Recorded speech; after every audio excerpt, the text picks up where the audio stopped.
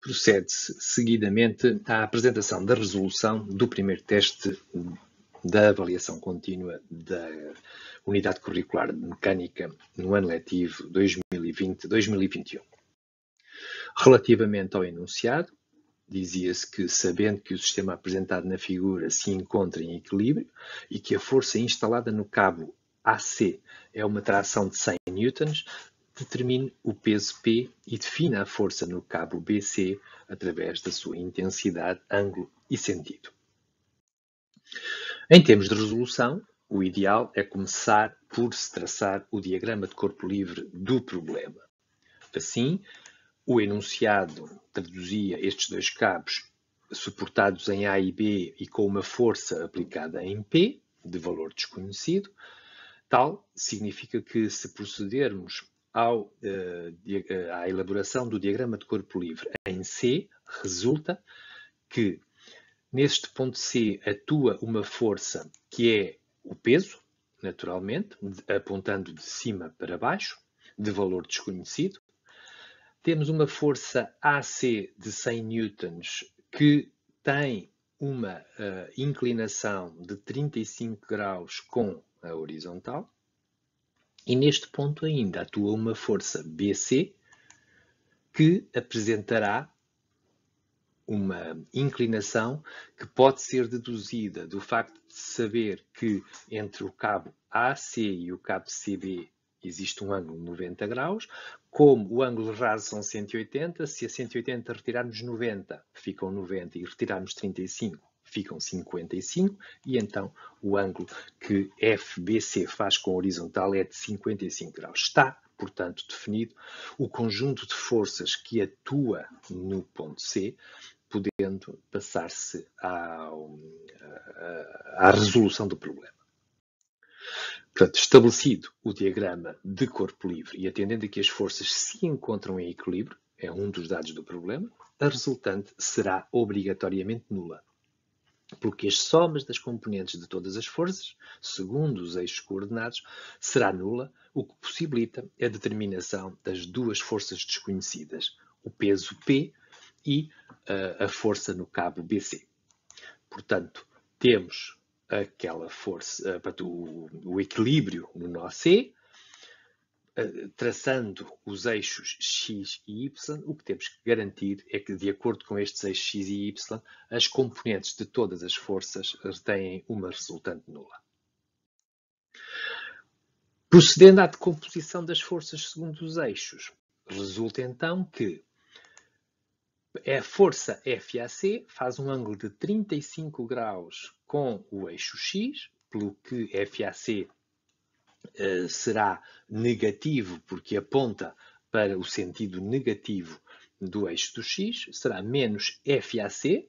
o valor da força FAC, vezes o cosseno do ângulo de 35 graus. Como FAC é dado e vale 100 newtons, será menos 100 vezes cosseno de 35. Como o cosseno de 35 são 0,819, então a força FAC resulta igual a 81,9 newtons. Entretanto, a força FAC fará um ângulo de 55 graus com o eixo Y, pelo que FACY será FAC vezes cosseno de 55, é positiva porque apontará para cima, e então temos 100 vezes cosseno de 55, como o cosseno de 55 são 0,574, resulta uma força igual a 57,4 newtons. Passando agora à decomposição da força FBC, pela geometria do problema, sabemos que a força FBC faz com o ângulo do X um ângulo de 5, com o eixo X um ângulo de 55 graus, pelo que FBC será FBC vezes cosseno de 55 graus. Como cosseno de 55 graus é, como acabámos de ver, 0,574, resultará 0,574 FBC. Já a componente segundo Y, que também é positiva, o ângulo remanescente para 90 dos 55 será 35 graus, pelo que FBCY será igual a FBC vezes cosseno de 35 e, como tínhamos visto, igual a 819 FBC. A força P segundo x não tem qualquer componente,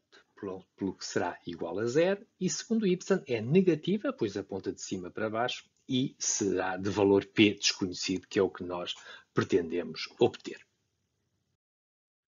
Estabelecendo agora o equilíbrio em relação aos eixos x e y, resulta então que o somatório de forças segundo x tem que ser nula, pelo que FACx, a componente segundo x da força FAC, mais a componente segundo x da força BC, mais a componente segundo x do peso tem que ser nulo, de modo que será menos 89 mais 0,574 vezes a força que está no cabo BC mais zero, porque o peso não tem componente nesta direção, tem que ser igual a zero, pelo que isto é uma equação a uma incógnita, FBC, resultando FBC igual a 142,7 newtons, que será a tensão de tração instalada no cabo FBC. Passando agora ao equilíbrio de forças segundo Y, resulta que FACY mais FBCY mais PY tem que ser zero, de onde, recorrendo aos dados e substituindo a força FBC pelos 142,7 newtons que acabámos de obter,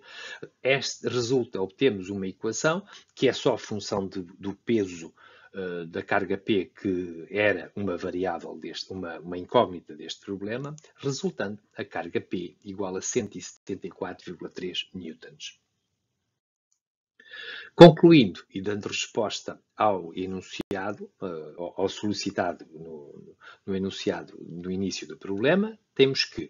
a força P é igual a 174,3 newtons, a força no cabo BC é caracterizada por uma intensidade de 142,7 newtons, fazendo um ângulo de 55 graus com o eixo do x, ou seja, a força é definida pelos seus cossentes diretores de 0,574 segundo o eixo x e 0,819 segundo o eixo y.